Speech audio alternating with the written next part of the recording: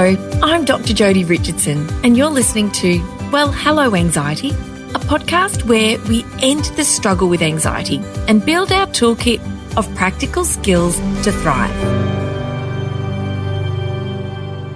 Hello, welcome back to another episode. This episode has been in the planning for some time, and that's because it's a timely release of this particular episode, and you'll understand why when I introduce my guest. And to give you a little bit of a clue, I wonder if you've noticed that come September, you might find that your social media feeds are peppered with images of people wearing lipstick when they might not normally wear lipstick, or a different coloured lipstick, or a lipstick that really stands out compared to what you might expect from the people that you follow. And that might give you a little bit of a clue as to kind of what we're talking about. And it is with absolute pleasure that I introduce today's guest, who is Luke Morris from the Liptember Foundation. And we're going to dive right in because this is all about women's mental health. And Luke, I really, first of all, want to welcome you to the podcast. So thank you for joining me.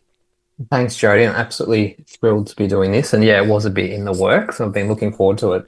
Me too. And we've got plenty of lead time for people to get really involved. And we really want you to think during this conversation, as you're listening, listeners, how can I contribute? And any contribution when it comes to women's mental health is a very, very important contribution, and whether that's raising awareness or raising money or opening conversations or becoming more informed. There's so much that we're going to talk about today. But Luke, perhaps you could start by telling us about the Liptember Foundation and how you got involved.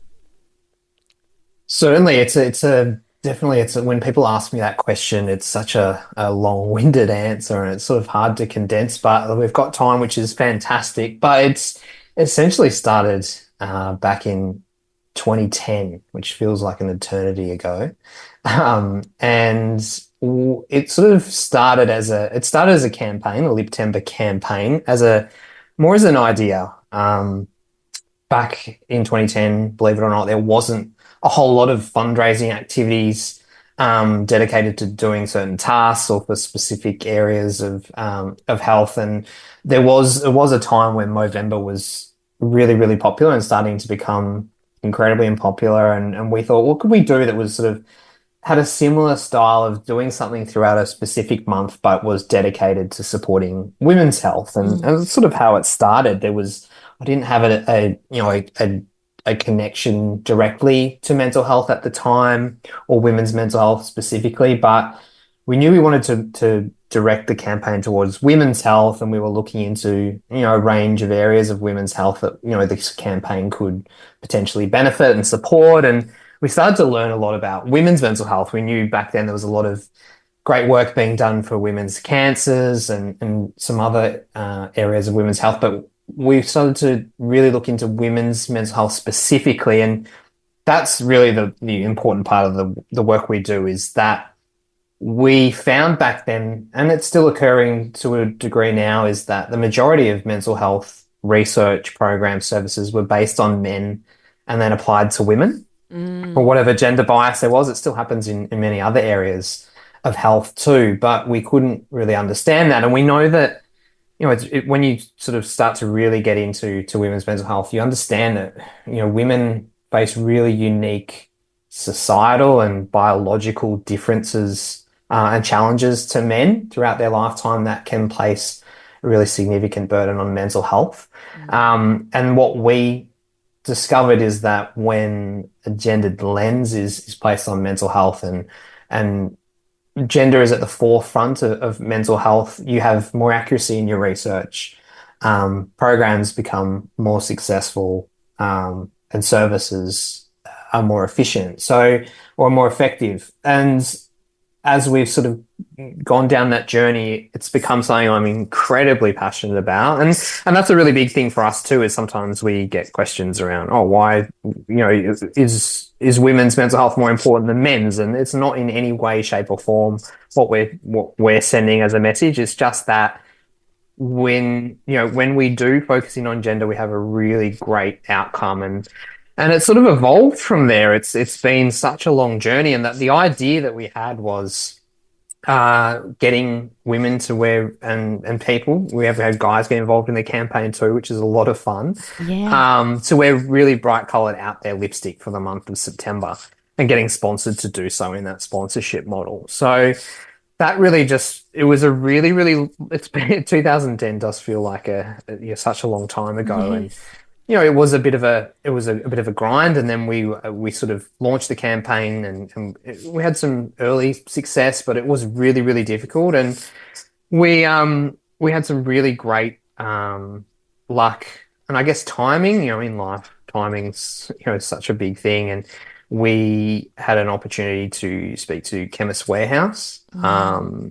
who were looking to support a charitable initiative that was supporting women in this space, and it just aligned beautifully. And they agreed to become our premier partner and sell the lipsticks in their stores nationally and get behind the campaign. And that was really the catalyst for us to start really growing as a foundation. And I'll get into that a little bit more around more of the foundation, that's all year round opposed to the campaign. But they Mm. really allowed us to build that campaign each September, and getting women to get sponsored and go into store and buy their lippies to help us raise the funds and awareness for women's mental health issues. And from there, it really exploded. And really quickly, things started to evolve. And, it's all the way to today now that we're still only a small team. There's only three of us. We all work remotely.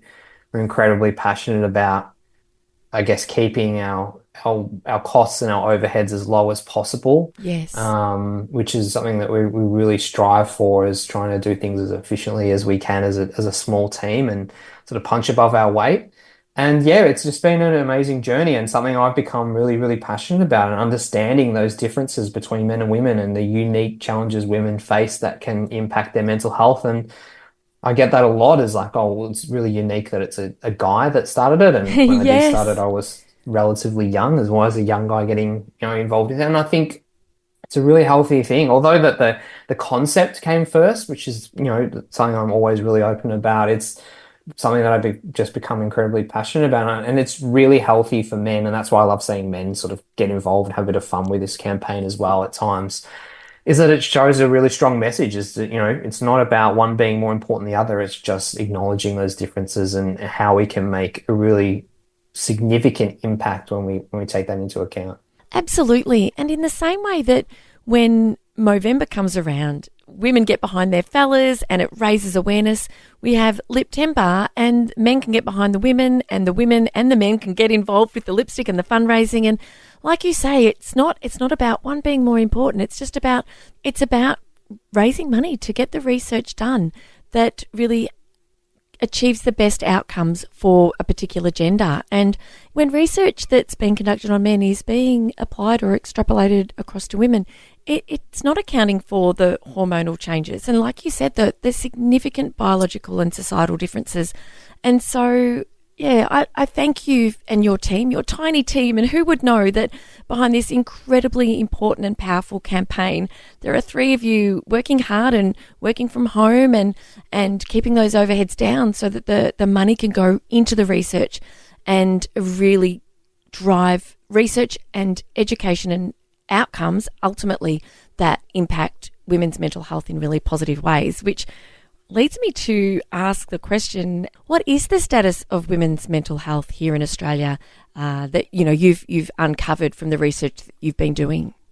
Yeah, it's become really the cornerstone of our work now, and I guess the foundation's work. So the campaign we run every September is a vehicle to raise funds and awareness for the foundation that implements the change and does fund programs, services, and this research. So believe it or not, when we were looking into this, there was no female specific mental health research done in this country anywhere, and we were a bit staggered by that.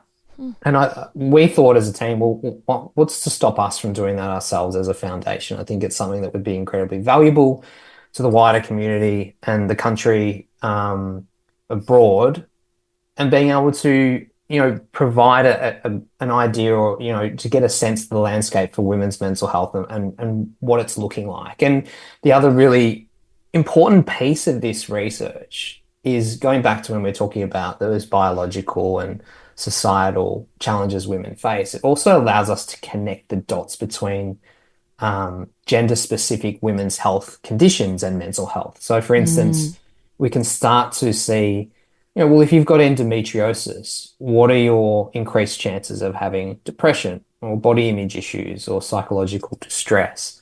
If you've had PMDD or polycystic ovary syndrome. So some of these, that's really, really valuable now, is to see how women's specific health issues are impacting women's health in general. yes. So we embarked on that in 2022. So we've done 3 reports now. We've just released our 2024 report, which is publicly accessible for anyone to download it at liptemberfoundation.org.au website. And yeah, those top takeaways are really concerning. We're still seeing that 1 in 2 Australian women are suffering from a mental health issue. Um, and that's, it's such an enormous figure to think about, is that, half the female population is dealing with a mental health issue. Um, Before you go and on, then, sorry, yeah, go Luke, on. I know I'm interrupting you, but I just want to stop for a moment and just really let that sink in, because that is a shocking statistic. And to think that every second woman is struggling with their mental health. And I do know that part of your research looks at who's then reaching out for help, and we'll talk about that too.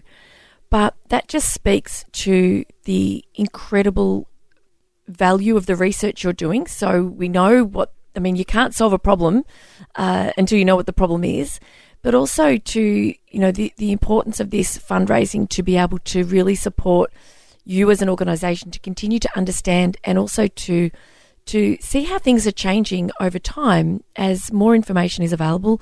People understand more about what they need, or perhaps what their partner might need, and how to get the help that's available, and where to get help that's accessible and suits your needs and meets the needs of whatever it is you're struggling with. And so I think it's also, I really think, such a reminder for us to just show a lot more grace and compassion and kindness to everyone around us. And there's not a day goes by where I don't get a reminder of some sort that tells me everybody is going through something. And as a woman myself, obviously, who has been through a lifetime of anxiety, and it's not something that gets in my way anymore, but goodness me, it did for a long time, as well as major depressive disorder. These mental health conditions, those 2 alone, are absolutely devastating, and so it's so hard to get up and keep going every day and do the things you need to do. You just kind of want to pull the doona over and hide away. And so, first and foremost, this 1 in 2 women, this stat is, gosh, shocking. So yeah, I just really wanted to shine a bit more of a light on that, because yeah, I know you've got more stats to share, but yeah, that alone is It huge. standards us as well. I think it's something that just really, that's a pretty consistent stat we've seen now since 2022. So the other beauty of this research is that now, committing as a foundation to deliver this research annually, we have a benchmark and a baseline to see, how this data is tracking, and Yes. trends in that data, and the important role this research also plays for us directly as a foundation is that it allows us to deliver the most informed impact possible. I Yeah. guess how we use it, in the sense, is that we're not throwing darts at a dartboard when we then go and fund and invest funds that we raise into programs and services. We identify with this research, and we work with a mental health advisory panel that, that comprise of experts that help us work through this and identify key priority areas and action points for us as a foundation to be addressing as a result of this research. So from that 1 in 2, that's remained pretty steady from 2022. And what's also further concerning is then 1 in 4 of those women are dealing with a severe mental health disorder. So they're really, really alarming statistics. And as you briefly touched on too, we're starting to see real trends within this research. And one of those is that women aren't generally reaching out for support. Only less than half of the women that we spoke to have reached out for support when experiencing a mental health issue in the past 12 months. And, I think we did some really great work with men, especially around, those generalizations of, men don't talk enough. And we really raised great awareness around educating men and showing men that it's healthy to talk and to share their emotions and to deal with. And I think what we're dealing with women is a type of, I guess, a common theme that we're seeing is that women tend to put themselves last. They're Yeah. always seemingly putting others before themselves. And I don't know whether that's, because generally they're the central point of families, or you've got the kids to get off to school, you've got to get home, you've got to organize. There's so much going on, that it tends to sort of slip through the cracks a bit. So Mm. there's some of those, real clear trends we're seeing, that, are popping up year on year now.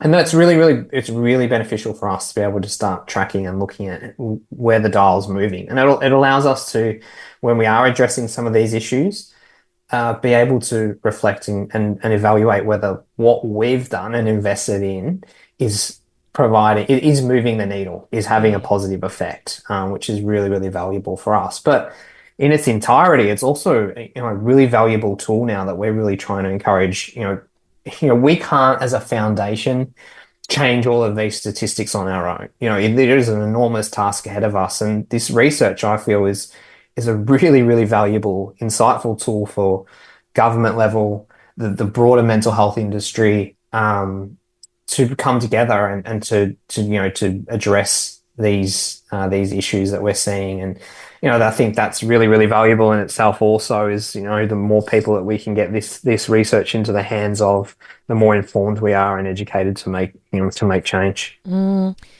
Luke, I know that women, from your research, the research does shows that women aren't always reaching out for help when they need it. And I wonder if we could unpack that a little bit, because I really would love listeners to kind of consider, and listeners, I'm talking directly to you now, as you're hearing Luke explain what the research has shown, I really want you to kind of make a mental note as to where you sit with respect to your own mental health, and whether or not you kind of would put your name down under, some of what Luke might share as some of the reasons why women aren't necessarily reaching out for help, the help that they need.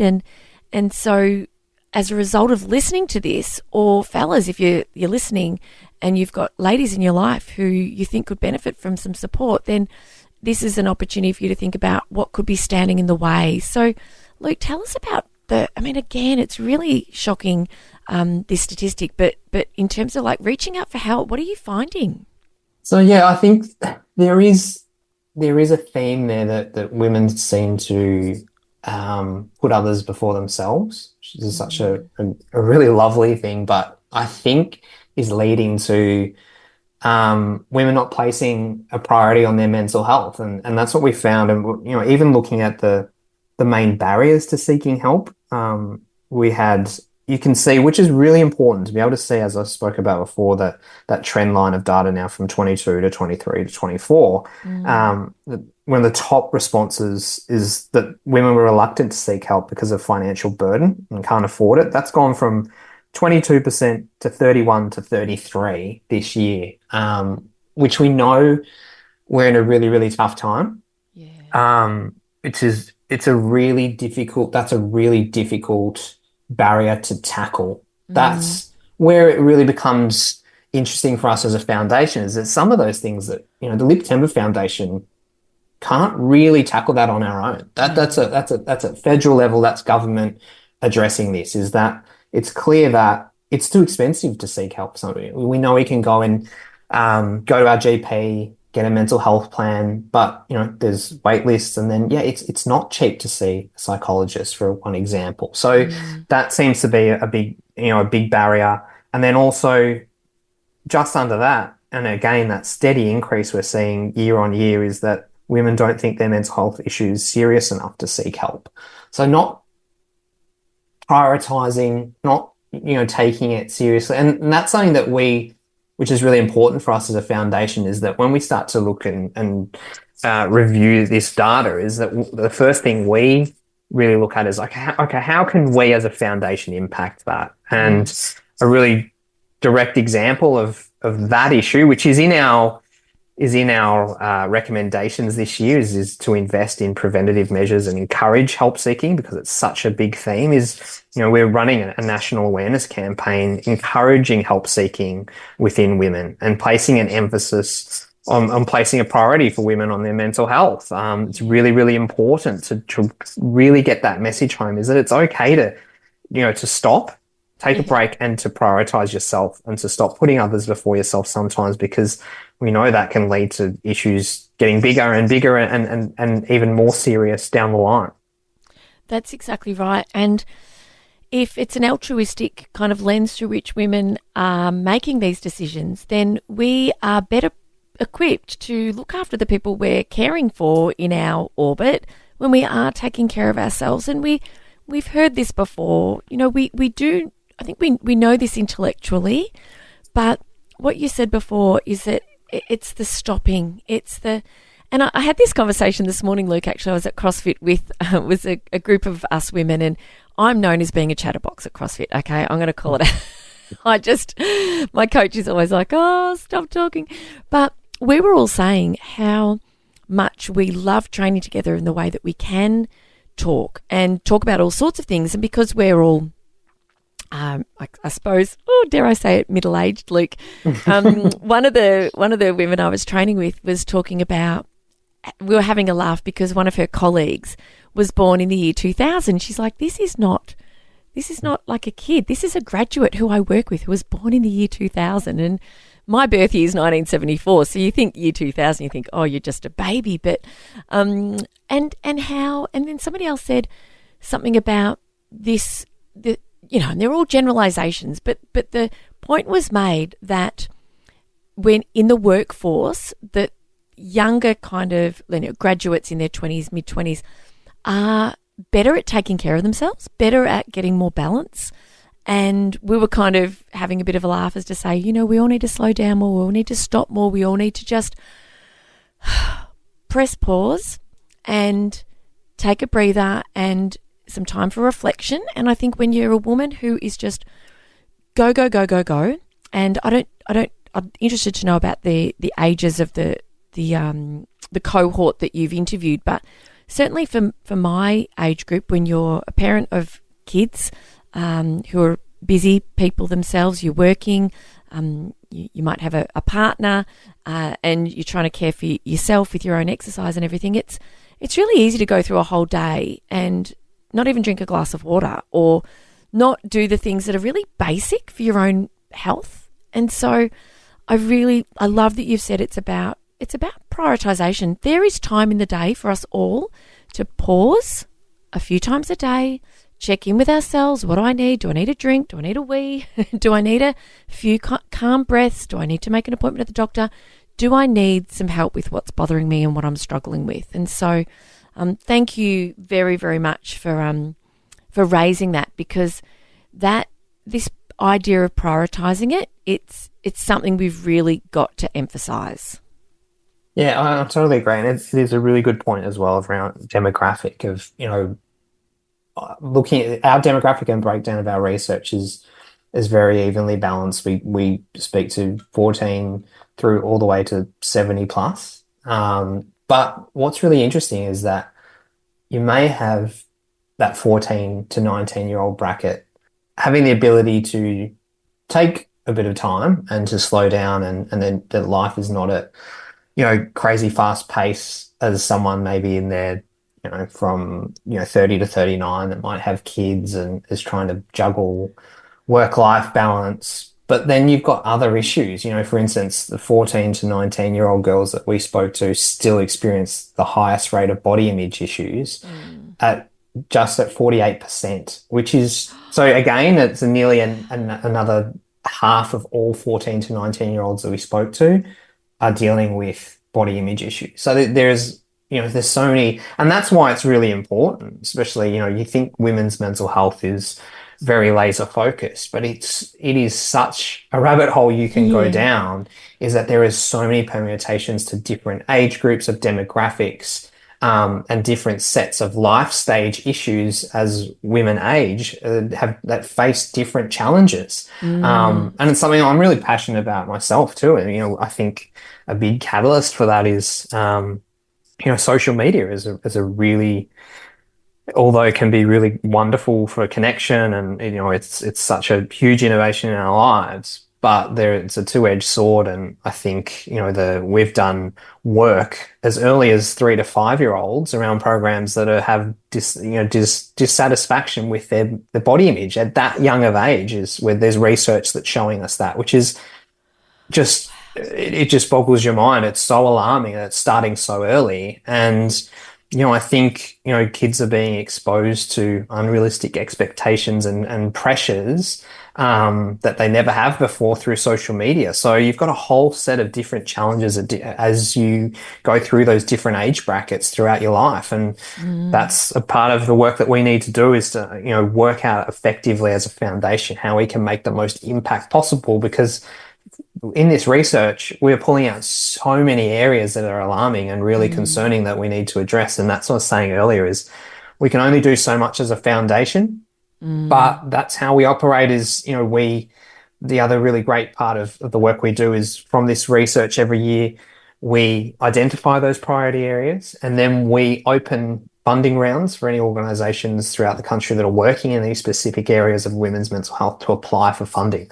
So we also have a model where we can flexibly invest funds in direct programs or services that can address some of these issues. For instance, this year, again, that is a really key area that we're seeing around young girls and body image, and we're really, really proud to be rolling out a national awareness campaign with the Butterfly Foundation Oh, to address yes. some of this. So it allows us to really focus in on areas that we're seeing that, where we can make impact.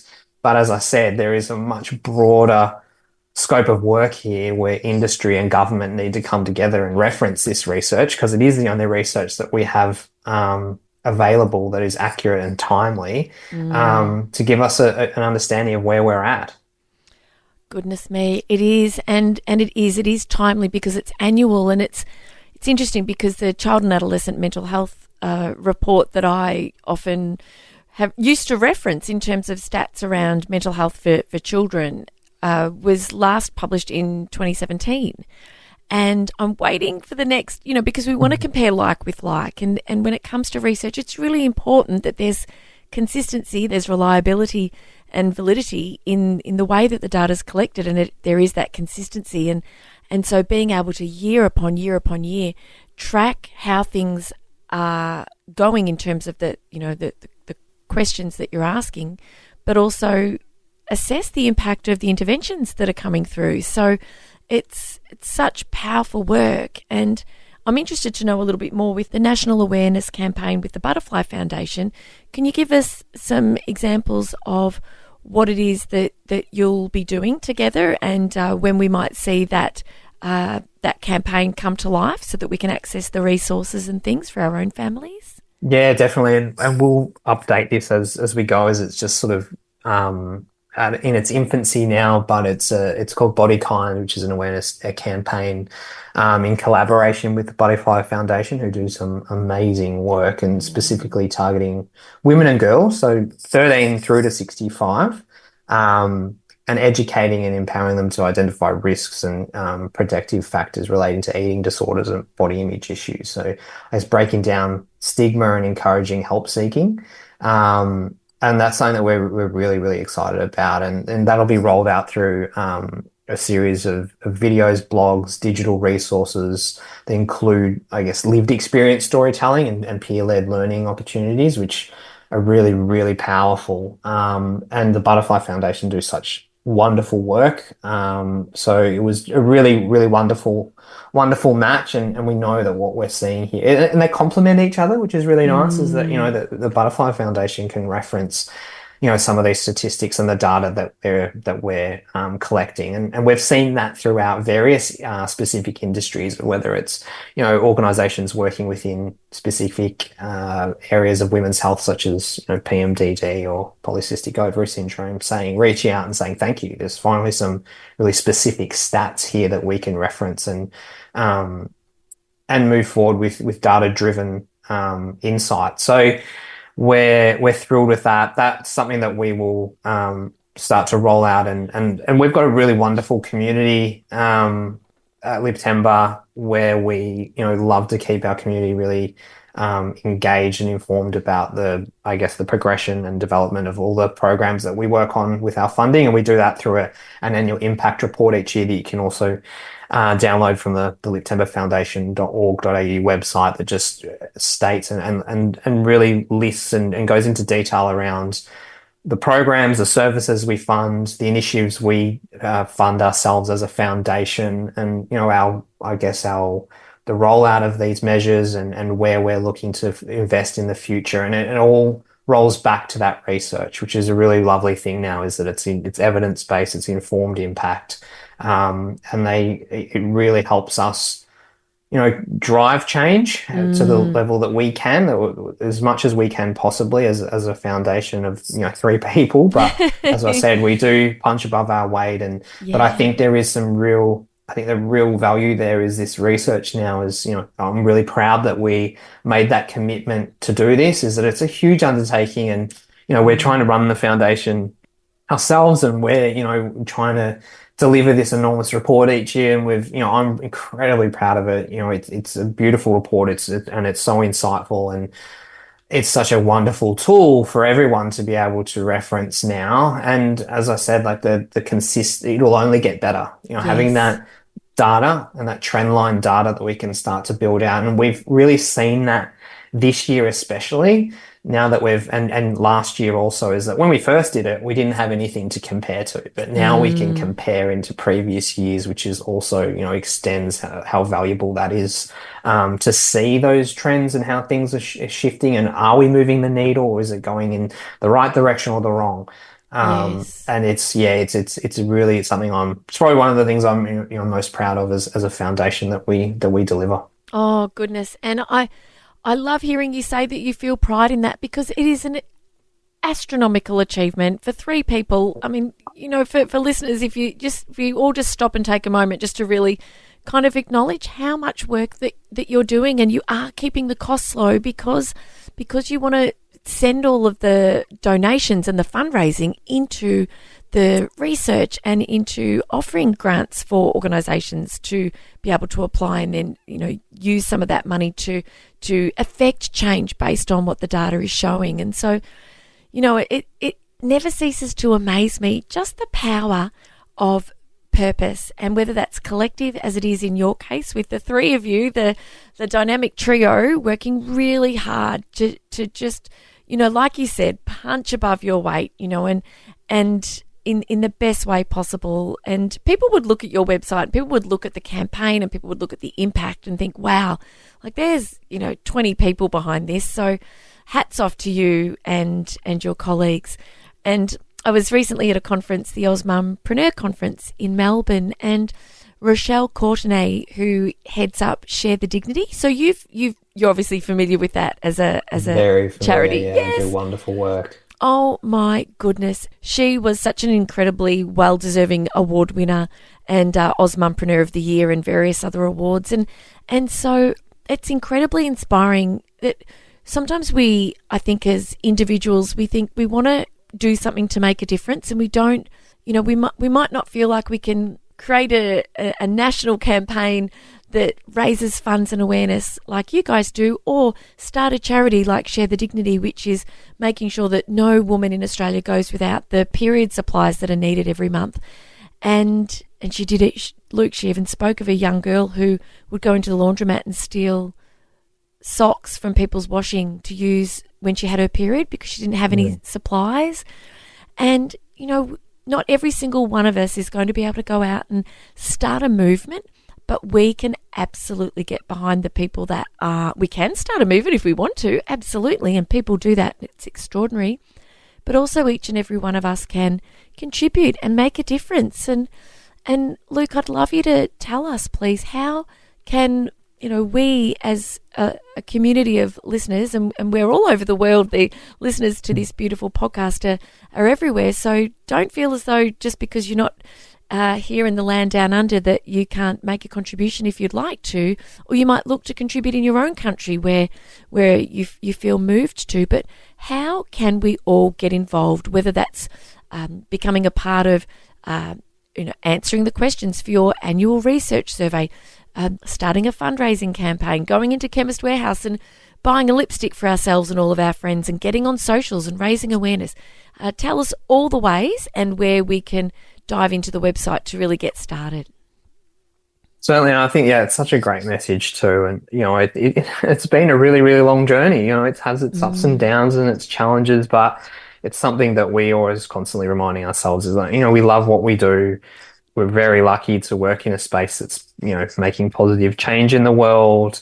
And it's something we are incredibly passionate about, is that this is people's hard-earned money that they're supporting us with. And, it's our absolute priority to ensure that those funds are not being wasted or delivered to areas that are just not needed. It's being able to support ensure that the foundation is able to grow and robustly support this space, but responsibly. And that's why we're really passionate about being a small team with those lower overheads. But to support that work, there's a lot of ways you can get involved. If you obviously our September campaign is our flagship fundraising event that we do every year, and that's really the driver for the funds that we raise every year, which has just grown and grown year on year since that first year in 2010.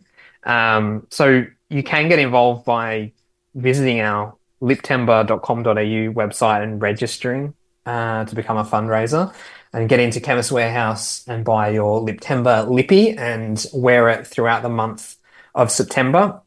Or you might start a team or get your workplace involved and pick a day in September that you all rock up to work in Lippy. Even get the guys wearing some lipstick. We get some very funny photos along the way, which is great to see, and raise funds in that way. But if lipstick's not your thing, you can still make a general donation to the campaign or to the foundation itself at liptemberfoundation.org.au. You can become a regular giver and give a small amount each month to support the work we're doing. So there are various ways you can buy some of our merch that we sell on our online store.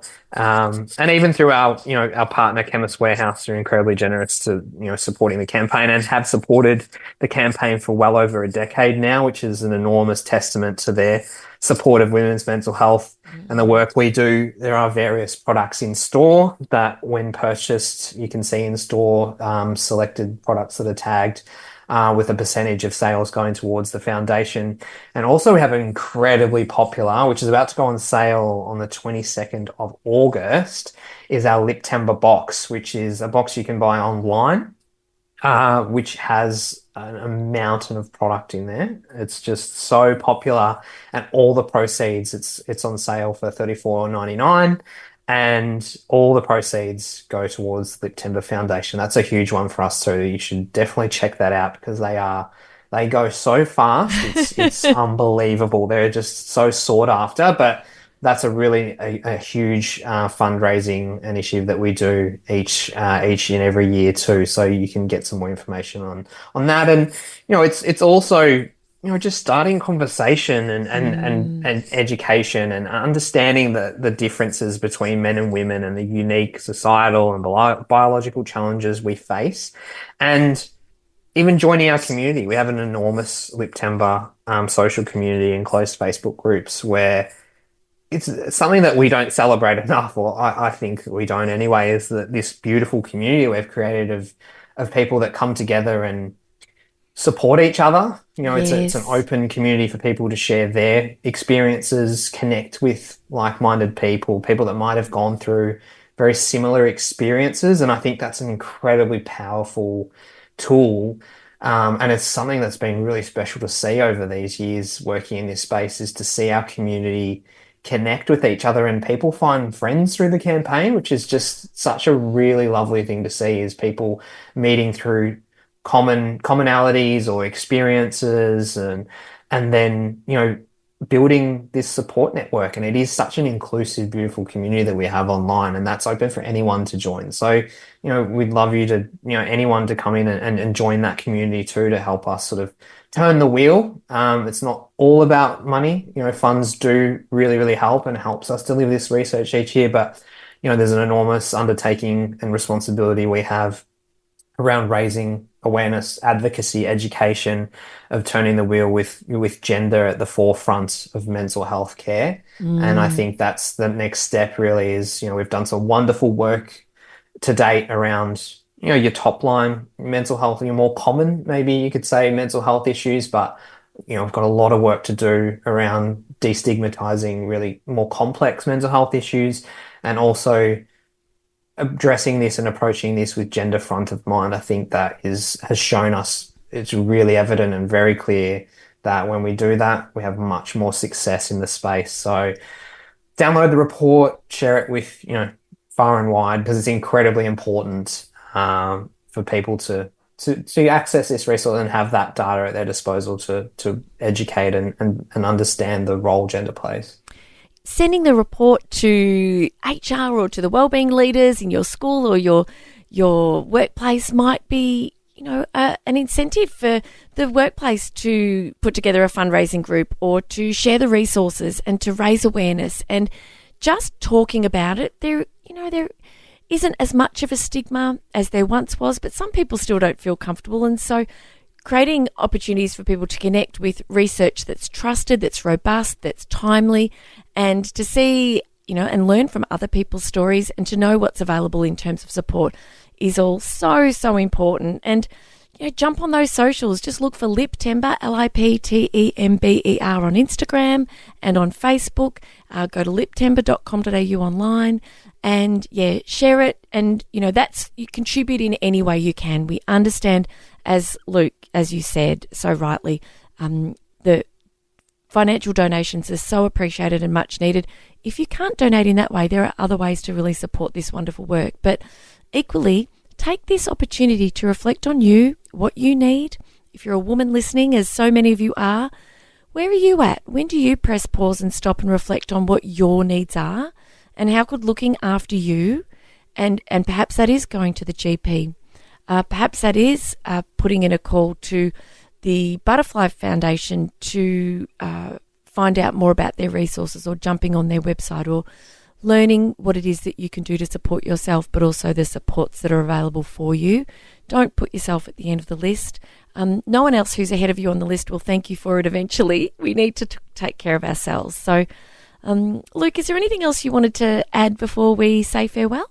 Not really. Just want to say thank you and really appreciate being able to connect with your community. And yeah, again, going back to those, I guess, those trends we're seeing around women not prioritizing their mental health, is that, imploring women to take the time. It's really important that when you do feel like you might be at that point, is to take the time and to communicate. Communication is such an enormously valuable thing you can do. And if you're not feeling right, speaking and reaching out and communicating it's such an important thing to do. So thank you. Would love to see the community getting involved in the campaign this September and helping us continue to improve women's mental health. And I guess our mission overall is to ensure that all women can reach their optimal mental health. And it's a lofty goal, but I really think it's achievable one day. So, and we're on that path now. You are. You're working so hard. And I want to thank you and your team for the incredible dedication that you have and the hard work that you are putting in each and every day to make a difference, to make a really tangible, a measurable, meaningful difference.